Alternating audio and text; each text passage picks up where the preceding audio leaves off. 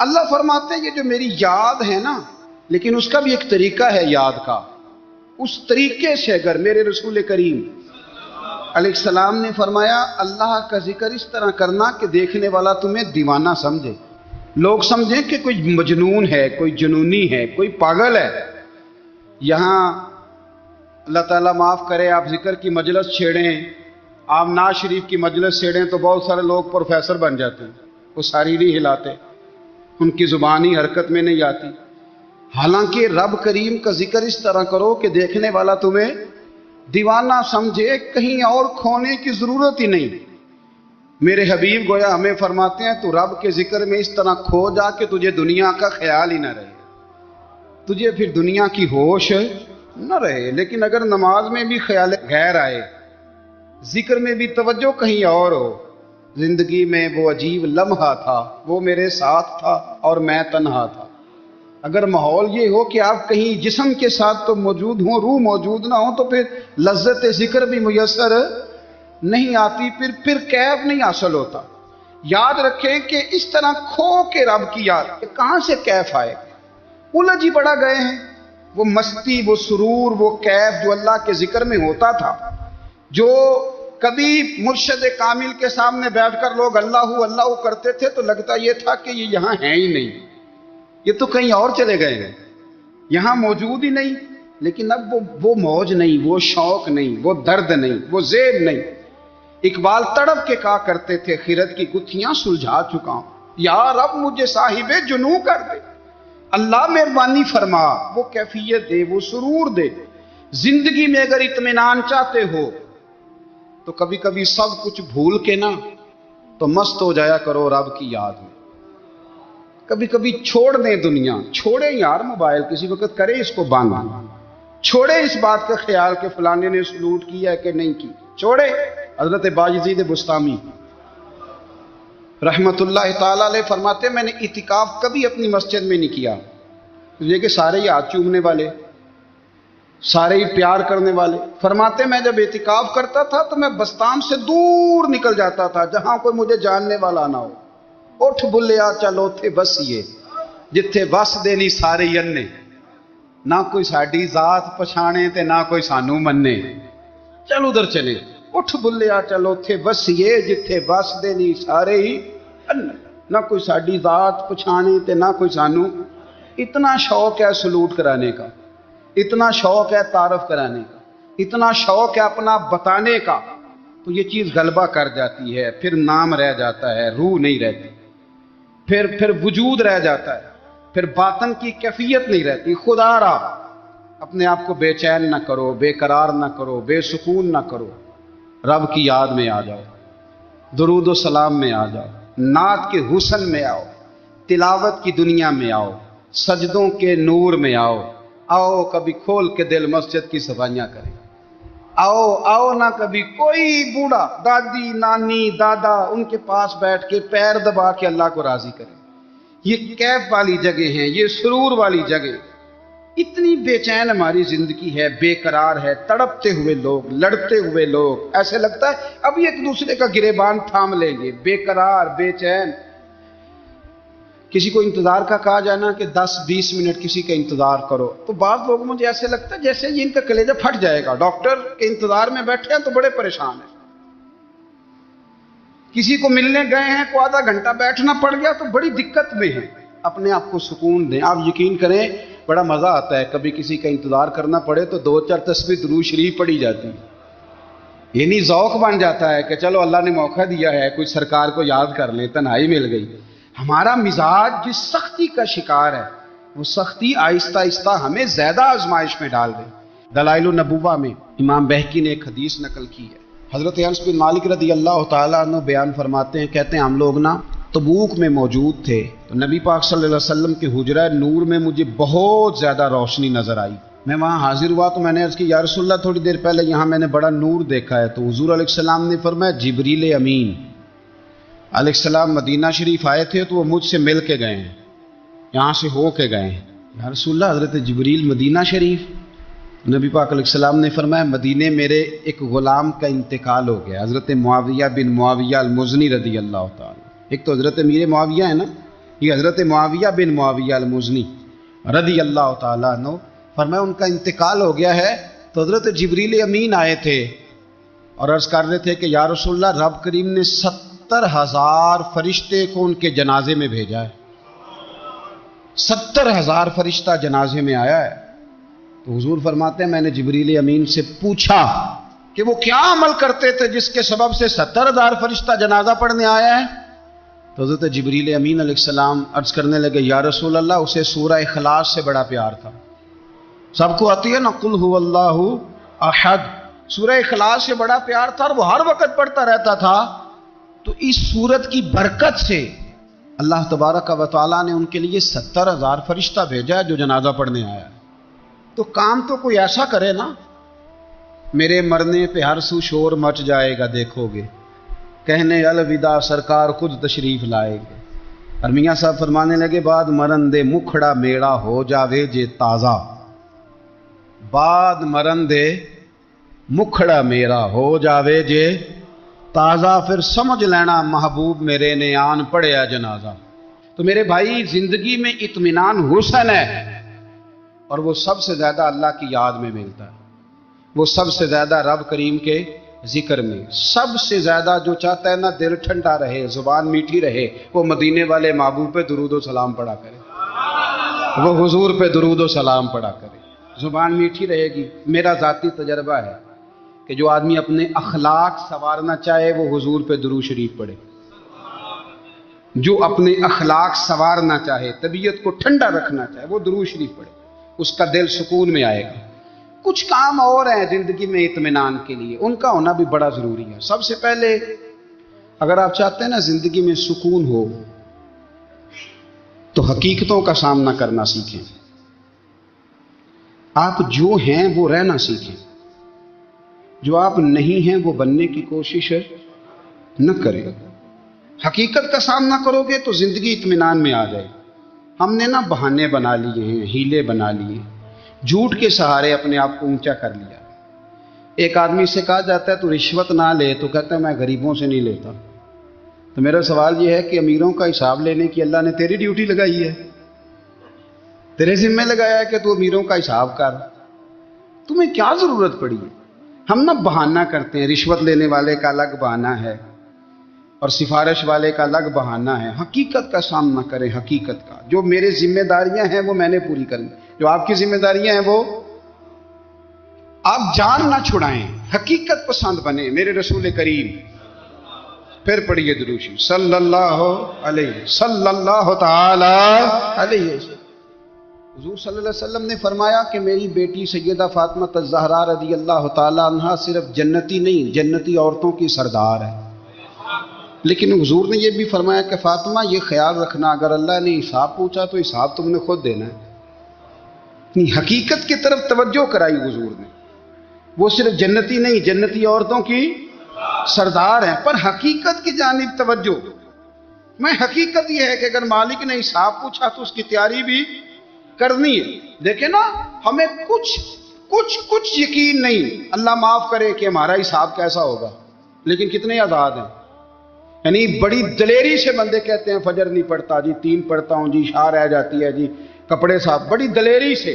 اور سیدہ فاطمہ الزہرا نے ساری رات مصلی باندھ رکھا ہے، حالانکہ انہیں یقین تھا کہ رب مجھے بغیر حساب کتاب جنت دے گا۔ حقیقت کا سامنا کریں، جو حقوق آپ کے ہیں وہ آپ نے ادا کرنا ہے، جو ذمہ داریاں ہیں وہ ذمہ داریاں ہیں۔ دیکھیں نا، حضرت موسیٰ کلیم اللہ علیہ السلام کے پاس اسرائیل روح نکالنے آئے تو حضرت موسیٰ نے تھپڑ مارا، آنکھ نکال دی، واپس گئے۔ اللہ انہوں نے تو جلال فرمایا ہے، کہا موسیٰ علیہ السلام سے کہیے بیل کی پشت پر ہاتھ رکھیں، جتنے بال ان کے دست مبارک کے نیچے آئیں گے اتنے 1000 سال ان کی عمر بڑھا دی جائے گی۔ یعنی میرے کان میں کوئی بتا دے کہ جناب 60 سال بڑھ گئی، کیا آپ کے کان میں کوئی کہہ دے تو خوشی ہوتی ہے کہ نہیں؟ لیکن یہ حقیقت پسندی نہیں، اس لیے کہ 60 بھی گزر جائیں گے، 70 بھی، یہ حقیقت نہیں۔ حضرت موسیٰ کلیم، چلے میں مثال دیتا ہوں، سمجھ لے 10 بال، حالانکہ بہت زیادہ آتے ہوں گے، 10 بال اگر حضرت موسیٰ کے ہاتھ کے نیچے آئے تو 10,000 سال تو عمر بڑھ گئی نا۔ 10 یعنی 10 سال نہیں، 10 100 نہیں، 10 بہت زیادہ تھی نا. حضرت موسیٰ کلیم اللہ علیہ السلام سے آ کے عرض کیا گیا حضور بیل کی پشت پر ہاتھ رکھیں، جتنے آپ کے ہاتھ کے نیچے بال آئیں گے اتنے 1000 سال عمر بڑھ جائے گی. تو حضرت موسیٰ نے حقیقت پسندی والی بات کی. فرمایا پھر کیا ہوگا؟ 10,000 سال کے بعد پھر کیا ہوگا؟ کہ حضور جانا تو پھر بھی ہے. فرمایا پھر ابھی چلتے ہیں. اگر جانا ہے نا، جانا ہے تو پھر، اگر جانا ہے تو پھر ابھی. اور سجنوں اگر نماز پڑھنی ہے تو ابھی کیوں نہیں؟ اگر داڑھی رکھنی ہے تو پھر رمضان کا انتظار کیوں کریں؟ ابھی کیوں نہیں؟ اگر سچ بولنا ہے تو پھر، اگر رزق حلال کھانا ہے تو پھر انتظار کاہے کا؟ حقیقت ہوتی ہے، بہانہ ہوتا ہے. حقیقت چھپ نہیں سکتی بناوٹ کے اصولوں سے، کیونکہ خوشبو آ نہیں سکتی کبھی کاغذ کے پھولوں سے. یہ بات یاد رکھیں. اگر جانا ہے تو حضرت کلیم فرمانے لگے پھر 10,000 سال کے بعد بھی جانا ہے. تو آج بھی ہمیں بے قراری زندگی میں اس لیے کہ ہم حقیقت پسند نہیں، ہم بہانوں میں، ہم ہواؤں میں جیتے ہیں، ہواؤں میں، خیالات میں زندگی گزارتے ہیں. بڑا ٹائم پڑا ہے. مثلاً کتنا میرے رسول کریم صلی اللہ تعالی علیہ وآلہ وسلم نے ایک دن صحابہ سے فرمایا تمہیں حیا نہیں آتی؟ حضور کیا ہوا؟ فرمایا وہ والے مکان بناتے ہو جن میں تم رہ نہیں سکتے، وہ والا مال جمع کرتے ہو جو کھا نہیں سکتے، حیا نہیں آتی؟ عرض کی حضور حکم کریں. تو محبوب فرمانے لگے جوتے کا ایک تسمہ بند کرتا ہوں تو سوچتا ہوں دوسرا بند کرنے سے پہلے موت آ جائے گی. ایک سانس اندر جاتی ہے تو دوسرا آنے سے پہلے میں یاد کرتا ہوں کہ مجھے دنیا سے جانا ہے. تمہیں حیا نہیں آتی؟ وہ مکان بناتے ہو جن میں رہ ہی نہیں سکتے، وہ مال جمع کرتے ہو جو کھا. حقیقت پسند نہیں بھائی. ہم بہت سارے لوگ ہیں بڑی باتیں سناتے ہیں، بڑی. میں کہتا ہوں اصل میں نا زیادہ باتیں سنا کے نا بیچارہ اپنے آپ کو مطمئن کرنا چاہتا ہے. اصل بات یہ ہے کہ اندر سے نا ہلا ہوا ہے، کچھ بھی نہیں. بڑا زیادہ ہنستا ہے اور مجھے لگتا ہے کہ کوئی گہرا زخم چھپا رہا. اس لیے ملمہ سازی. حقیقت پسند بنو، حقیقت پسند. یاد رکھنا من ترک صلاۃ متعمدا فقد کفر. میرے رسول نے حقیقت بیان کی. فرمایا جس نے ایک نماز بھی جان بوجھ کے چھوڑی اس نے رب کے رب ہونے کا انکار کیا، اس نے کفران نعمت کیا. یہ حقیقت ہے. کوئی کلیریفیکیشن نہیں، کوئی وضاحت نہیں. جو نماز نہیں پڑھتا، جھوٹ بولتا ہے، غلط بیانی کرتا ہے. جو شخص رزق حرام کما کے کہتا ہے کہ اس کے بغیر گزارا نہیں چلتا، وہ جھوٹ بولتا ہے. اس لیے کہ رب فرماتا ہے جب تجھے پیدا کیا ہے تو تیرا رزق میرے ذمہ ہے. اللہ فرماتا ہے کہ لا یکلف اللہ نفسا الا وسعہا. میں کسی پر وہ بوجھ نہیں ڈالتا جو اٹھا نہ سکے. نماز فرض کیا اس کا مطلب ہے ہم پڑھنے کے قابل ہیں. اس نے ہمارے ذمہ داریاں لگائی ہیں تو مطلب یہ ہے کہ ہم ذمہ داریاں ادا کرنے کے قابل ہیں. ورنہ وہ کہتا ہے میں وہ بوجھ ڈالتا ہی نہیں جو تجھ سے اٹھایا نہ جائے. اگر چاہتے ہو کہ زندگی میں اطمینان ملے تو خدا را حقیقت پسند والی زندگی گزارو. یہ فضاؤں میں زندہ رہنا، ہواؤں میں. اللہ بڑا معاف کرنے والا ہے، اللہ بڑا کریم ہے، معاف کر دے گا. تو بھئی یہ بات صحابہ کو بھی پتا تھی، یہ اہل بیت کو بھی خبر تھی. تو وہ تو ایک ایک بات کا لحاظ کرتے تھے. یہ غوث اعظم کو بھی پتا تھی، یہ ان کے والد کو بھی پتا تھی جنہوں نے کسی کا ایک سیب کھا لیا تھا تو 12 سال اس کے گھر میں نوکری کرتے رہے. انہیں نہیں پتا تھا اللہ بڑا کریم ہے، معاف کر دے گا، ایک سیب ہی ہے نا. تو حقیقت پسندی آپ کو سکون دے گی. اور اگر آپ نے اپنے آپ کو غیر مطمئن کیا ہوا ہے، بات کچھ اور ہے، اور آپ نے اپنے آپ کو ڈال کسی اور طرف لیا ہے، تو پھر آپ کو سکون مل سکتا. سکون حقیقت پسندی میں. اصل میں سکون ہوتا ہے، اداکاری میں سکون نہیں ہوتا. تیسری بات سنیں، اگر آپ چاہتے ہیں زندگی میں مطمئن رہیں تو دنیا داروں سے امیدیں توڑ دیں، اللہ اور اس کے رسول سے امید وابستہ کریں، اولیاء اللہ سے امیدیں وابستہ کریں، صحابہ اور اہل بیت سے امیدیں، اللہ اور اللہ والوں سے امیدیں. دنیا داروں سے امیدیں. آپ کو پتہ ہے دنیا دار کی تباہی کب ہوتی ہے؟ جب انہیں خوش آمدی مل جاتا ہے. چودھری کا بیڑا اس وقت غرق ہوتا ہے جب اسے چودھری کہنے والے زیادہ ہو جاتے ہیں. سیٹھ صاحب اور نواب صاحب بیچارے تباہ تب ہوتے ہیں بھولے پن میں. جب ان کے دائیں بائیں ریلا ہوتا ہے سیٹھ صاحب کہنے کا، لوگ انہیں کھانا چاہتے ہیں، پیار ان کا نہیں ہوتا، ان کی جیب کا ہوتا ہے، محبت ان سے نہیں ہوتی، ان کی کرسی سے ہوتی ہے، ضروریات کا پیار ہوتا ہے، تباہ کر دیا جاتا ہے۔ ہماری ساری توقعات دنیا داروں سے وابستہ ہو گئی ہیں، ناراض نہ ہونا۔ پیروں نے، مولویوں نے، درویشوں نے، انہوں نے بھی سیٹھ رکھے ہوئے جلسوں کی صدارت کرانے کے لیے، یعنی مذہبی جلسہ ہے، اس میں بہت زبردست پڑھے لکھے صاحب تقوی عالم کا خطاب ہے، اور کی صدارت وہ بندہ کر رہا ہے جس نے عشاء کی نماز بھی نہیں پڑھی، وہ بندہ صدارت کر رہا ہے۔ کیوں؟ اس لیے کہ اس نے ₹1,00,000 دیا محفل میں۔ خدا را دنیا داروں سے امیدیں چھوڑ دیں، ورنہ آپ کمزور پڑ جائیں گے، آپ کی امیدیں ٹوٹیں گی۔ کتنا کمزور ہے وہ شخص جو 2-4 ہزار کے لیے کسی بندے کی چاپلوسی کرتا ہے، اس کے پیچھے بھاگتا ہے، خوش آمدیں کرتا ہے، تھوڑے سے نوٹوں کے لیے، دکھ سکھ میں کام آئے گا اس کام کے لیے۔ میرے رسول کریم علیہ السلام نے فرمایا، جس نے بندوں کو راضی کرتے کرتے رب کو ناراض کر دیا، اس کی دنیا بھی گئی اور آخرت بھی گئی۔ اور فرمایا، جس نے بندوں کی پرواہ نہیں کی، اللہ کو راضی کیا، فرمایا اگر رب راضی ہو گیا تو لوگوں کے دلوں میں بھی محبت پیدا فرما دے گا۔ کیا ضرورت ہے خوش آمد کرنا دنیا داروں کی، سیٹوں کی، نوابوں کی، چاپلو۔ اور میں آپ کو ایک بات بتاؤں، ہوتا پتہ کیا ہے؟ یہ جو حب جا اور حب با ہوتی ہے نا، اس سے پیٹ نہیں بھرتا۔ آپ کو اگر خوش آمد کرنی ہے تو پھر آپ کو ساری زندگی کرنی ہے۔ پھر ان کو بھی پتہ ہوتا ہے کہ تعلق کس بنیاد پر ہے، اس میں کبھی بھی خلوص پیدا نہیں ہوتا۔ آپ بے چین رہتے ہیں، بے قرار رہتے ہیں، آپ کو تکلیف رہتی ہے ہمیشہ۔ کبھی بھی دنیا داروں سے امیدیں وابستہ نہ کریں۔ ایک بات سنیں بڑی شاندار، امام غزالی نے لکھی ہے۔ امام غزالی فرماتے ہیں کہ ہارون الرشید نہ حج کر کے واپس آیا بغداد میں، تو کونے میں حضرت بہلول دانا بیٹھے تھے، رش بہت تھا، مجمع بڑا تھا۔ حضرت بہلول دانا بھی سڑک کے کنارے بیٹھے تھے، تو سپاہی کہنے لگے یہاں سے اٹھ جاؤ۔ فرمانے لگے ہارون الرشید کی زمین نہیں، زمین میرے رب کی ہے، میں کیوں اٹھوں؟ وہ قریب سے گزرا تو سلام لی، تو آپ نے اس کا پروٹوکول دیکھا تو فرمانے لگے ہارون الرشید تجھ سے تگڑے تگڑے موٹے موٹے پروٹوکول میں نے لوگوں کے دیکھے ہیں، اور یہ جو تیرے دائیں بائیں آج تیرے نعرے لگا رہے ہیں، یہ پہلے ان لوگوں کے نعرے لگایا کرتے تھے، اور تھوڑا وقت گزرنے دے، جو تیرے بعد آئے گا نا، یہ سارے پھر ان کے نعرے بھی لگائیں گے۔ تو جھوٹ کی دنیا میں زندہ ہے، ان سے تو نے امیدیں وابستہ کی ہیں، یہ کل اس کے نعرے لگائیں گے۔ اس کے دل پہ بڑا اثر ہوا، گھوڑے سے اتر آیا، آگے کہنے لگا حضور آپ نے مجھے بڑی اچھی نصیحت کی ہے، میرا دل بڑا ٹھنڈا ہوا ہے، میں نے سنا ہے آپ مقروض ہیں، کچھ لوگوں کا قرض، تو مجھے کوئی حکم ہی کر دیں۔ آپ ہنسنے لگے، فرمانے لگے یار تو بڑا ہی بیوقوف ہے، بڑا ہی بیوقوف ہے، تو میں تجھے نصیحت کر رہا ہوں، تو مجھے الجھا رہا ہے، حضور کوئی حکم کر دیں۔ کیا خوبصورت انداز ہے رب کریم کے بندوں کا۔